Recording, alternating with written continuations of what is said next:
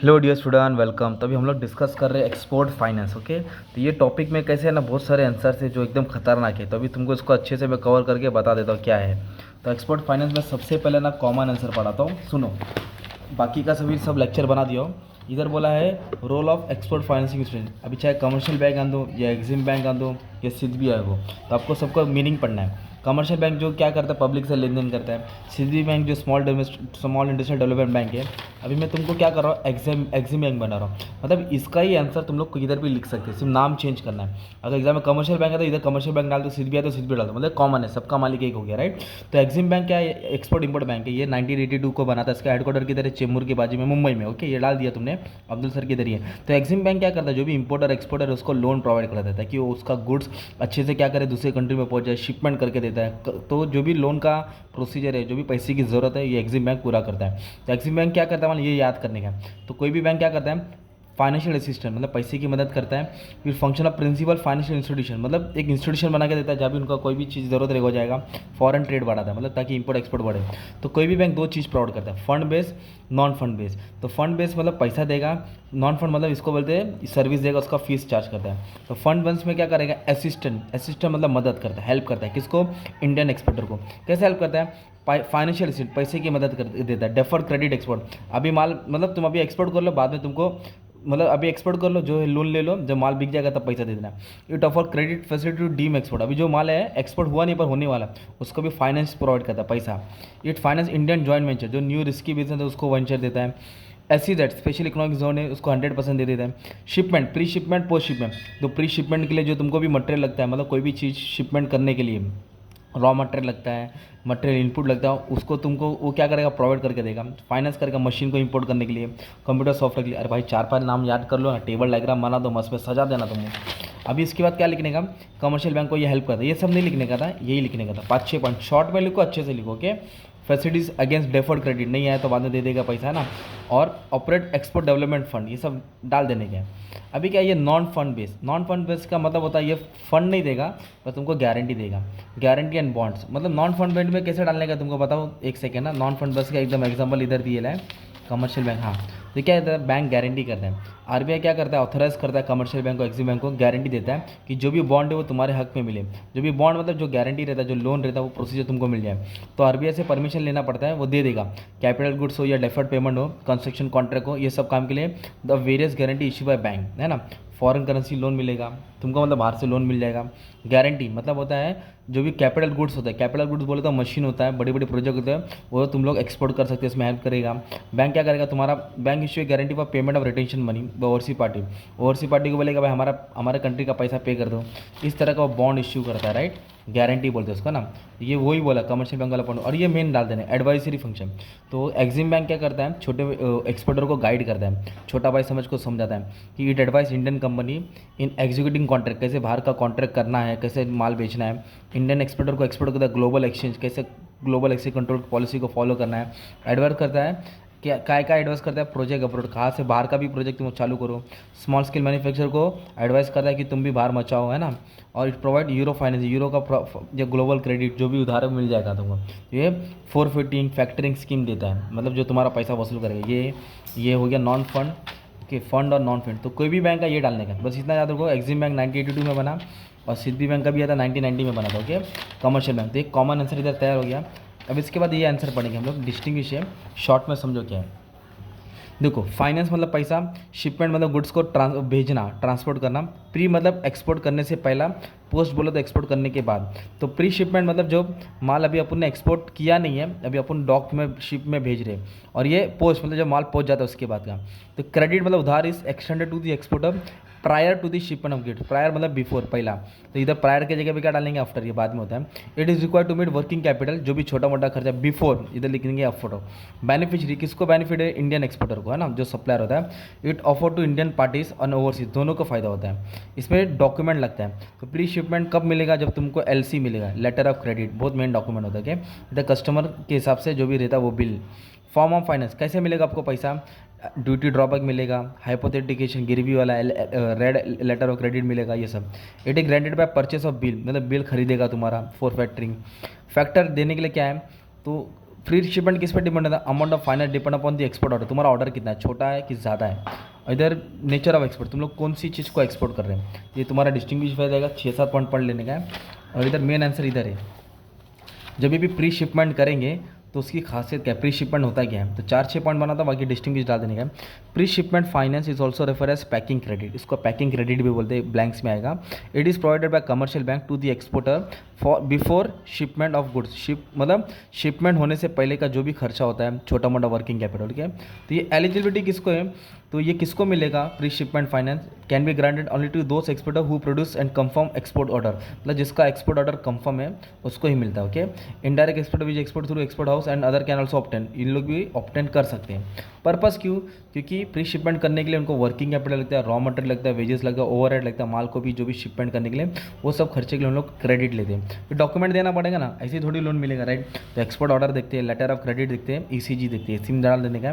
फिर उसका पेमेंट कैसे मिलेगा, कैश पैकिंग क्रेडिट मिलेगा, गिरवी के ऊपर जो भी मशीन है या प्लेज, मतलब कुछ चीज़ गिरवी रखेगा, ये बेसिस पे तुमको लोन मिलेगा। अमाउंट ऑफ पैकिंग, तो amount of packing credit depends on the amount of export order, कितना तुम्हारा एक्सपोर्ट ऑर्डर उसके हिसाब से तुमको लोन मिलेगा। पीरियड ऑफ पैकिंग, इसका पीरियड कितना रहता है, ज़्यादा से ज़्यादा 180 दिन है, 90 डेज़ का रहता है, ओके। पीरियड मतलब टाइम होता है। फिर रेट ऑफ इंटरेस्ट, हाँ भाई सीधी बात है, लोन दे रहा है तो सामने इंटरेस्ट चार्ज करेगा, और एक्सपोर्टर के लिए इंटरेस्ट रेट लोन रहता है, पर तुम मोबाइल लेंगे तो इंटरेस्ट ज़्यादा रहेगा, ओके। लोन एग्रीमेंट, मतलब एक एग्रीमेंट बनेगा किसका, जो लेने वाला एक्सपोर्टर और एक बैंक। तो बिफोर डिस्बर्समेंट ऑफ लोन, जब लोन तुम डिस्बर्स कर देंगे, रिटर्न कर देंगे, bank require the exporter to execute a former loan agreement. जब बैंक तुमको लोन देगा तो जो भी एग्रीमेंट है उसको भरना है कि तुम्हारा पैसा मिल जाएगा। फिर अकाउंट मेंटेन करेगा, किसको कितना लोन दिया, फिर लोन को तुमको क्या करना है डिस्बर्स, फिर बैंक तुमको क्या करेगा, लोन प्रोवाइड कर देगा, सेक्शन करेगा, तुम्हारा नाम पे दे देगा, फिर तुम्हारा सब अच्छा हो जाएगा तो तुम रिपे कर देंगे। तो ये प्री शिपमेंट था, क्या था ये, प्री शिपमेंट, ओके। अभी ये काउंटर ट्रेड है।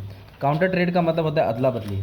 मान लो मैं तुम्हारे घर पे दाल लेके आया हूँ, अपना घर आजू बाजू में, मैं तुम्हारे घर पे एक कटोरा दाल लाया हूँ, और तुम्हारे घर पे बना है पनीर, क्या बना है, पनीर या चिकन बना है। तो मैं तुमको दाल दिया, तुमने मुझे पनीर दिया, तो मेरा कितना, मेरा 40 रुपये की दाल है, तुम्हारा 100 रुपये का पनीर है।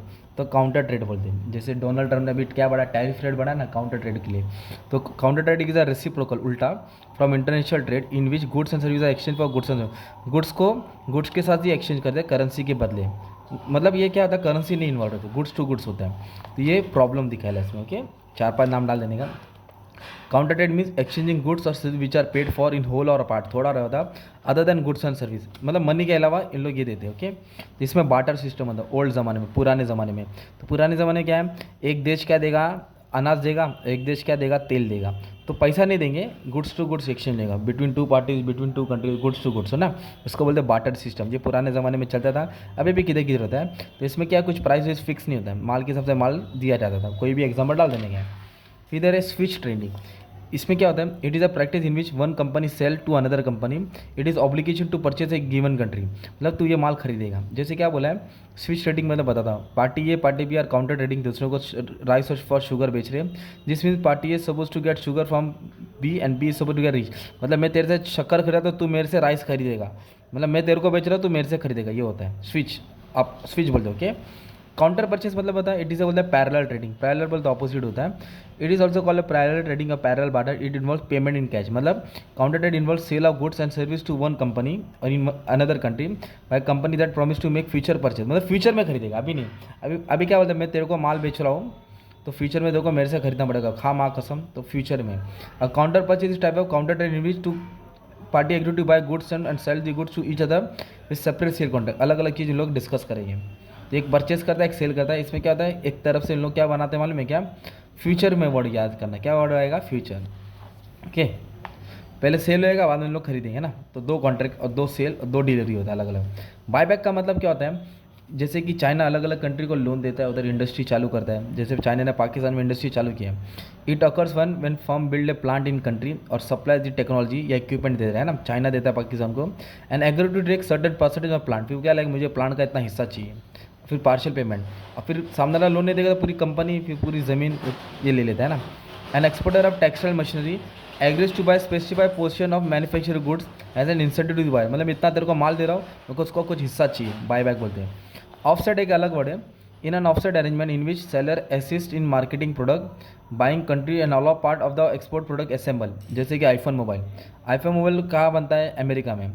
है ना, अमेरिका बनाता है ना, पर उसका असेंबल किधर होता है, चाइना में ना। तो आईफोन का एग्जाम्पल डालने का है, आईफोन बनाने वाला अमेरिका है पर असेंबल किधर होता है, चाइना। तो थोड़ा थोड़ा प्रोडक्ट स्पेयर पार्ट वो सब, जैसे दिस प्रैक्टिस ज़्यादा एरोस्पेस डिफेंस टेक्नोलॉजी में सब होता है। ओके, कंपनसेशन ट्रेड एक भी बाटर टाइप का in which transaction is partly in goods and partly in hard currency. थोड़ा कैश थोड़ा करेंसी, नहीं थोड़ा गुड्स थोड़ा करेंसी। मतलब थोड़ा जैसे कि हमने दुबई को अनाज बेचा तो दुबई थोड़ा तेल देगा थोड़ा पैसा लेगा। कोऑपरेशन बोले तो मिल बांट के लोग रेडी करेंगे सौदा करेंगे। हाइब्रिड बोले तो आधा आधा अधूरा। फॉरेन इन्वेस्टमेंट होगा गवर्नमेंट का, मतलब it require approval of foreign investment of government on condition that most of the production of investing companies to exported in the world. Approval of foreign investment, बाहर का कंट्री अपने में क्या करेगा, invest करेगा। ये काउंटर ट्रेड का क्या है, तो अपन फ़ायदा यही बताने का इसमें कि जो है ना फॉरेन एक्सचेंज प्रॉब्लम वो सॉल्व होता है। अपना कुछ लेन देन करने की जरूरत नहीं है, सब लेन देन होता है, बायलैटरल होता है, कॉन्ट्रैक्ट होता है, कोऑपरेशन होता है, आपस में मामला सुलझ जाता है।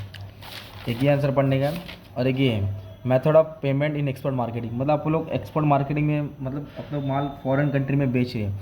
जब फॉरेन कंट्री में माल बेचेंगे तो पैसा आएगा, फॉरेन कंट्री में माल बेचेंगे तो पैसा आएगा, तो या फिर पैसा जाए इंपोर्ट करेगा तो पैसा जाएगा। तो पेमेंट कैसे करते हैं, क्या तरीका है, तो 6 पार्ट दिया है। तो सबसे पहले वाला पेमेंट एडवांस। एडवांस मतलब होता है माल खरीदने से पहले ही वैसे पैसा दे देना। जिस method does not do any risk of bad debt. Advance में बैड डेट्स होता ही नहीं क्योंकि आधा पेमेंट पहले आ जाता है ना। तो financial position of the buyer is weak और credit worthiness of the buyer is not known, है ना। तो payment is desirable when the economic political condition of buyer country are unstable. मतलब इधर होता है कि कंट्री क्या कर रही है, माल खरीद रही है तो हम लोग एडवांस में पेमेंट कर रहे हैं या एडवांस में पेमेंट ले रहे हैं, तो एक तो बैड डेट्स का चांस कम हो जाएगा। और इससे ये नहीं मालूम पड़ता कि सामने वाला का कंडीशन कैसा है, उधर का देश का कंडीशन कैसा है। Seller is not willing to assume credit has the in case of open account method, है ना। तो इसे मालूम नहीं पड़ता है कि रिस्क कितना हो सकता है।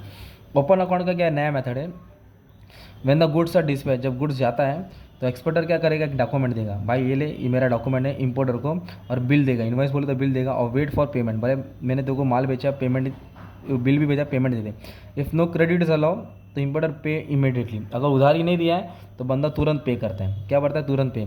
इसको बोलते हैं open account method. This is simple and the avoid additional charges, कुछ चार्जेस लगता नहीं है। तो exporter is confident of the buyer financial standing reputation, उसके नाम से हिसाब से चलता है। There is a long and well establish relation between two parties. Jethalal बाहर माल बेच रहा है, सामने वाला बोला कि 1 महीने का पेमेंट आ जाएगा, फिर 1 महीने के बाद उसको पेमेंट आ जाता है। अभी बोला पेमेंट आगे शिपमेंट ऑन कंसाइनमेंट, जो शिप में माल जाता है ना, उसको कंसाइनमेंट बोलते हैं। Exporter supply the goods to the oversea consignee, मतलब बाहर माल बेचता है, इंडिया से माल मार जाएगा without actually giving up the title, title नहीं लेता, उसमें नाम नहीं रहता है। Payment is made only when the goods are ultimately sold by the oversea. मतलब क्या है, हमने माल बेचा जापान को, तो जापान अभी पेमेंट नहीं करेगा, जब जापान पूरा माल बेचेगा कमाएगा फिर पेमेंट करेगा। इसको बोलते हैं पेमेंट आगे शिपमेंट, है ना। दिस मेथड कॉस्टली, इसमें बहुत टेंशन रहता है, रिस्की भी रहता है, उसका माल नहीं बिका तो साला पलट भी सकता है।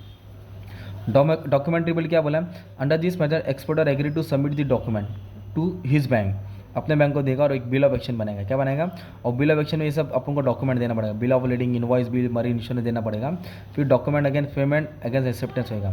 तो डॉक्यूमेंट अगेंस्ट पेमेंट का मतलब क्या होता है, document release to importer against payment, मतलब वो इंपोर्टर बैंक को जाएगा। This method indicate that payment is made against sight draft, necessary arrangement will have to made to store the goods, मतलब पेमेंट कर देगा गुड्स के लिए अरेंजमेंट कर दो।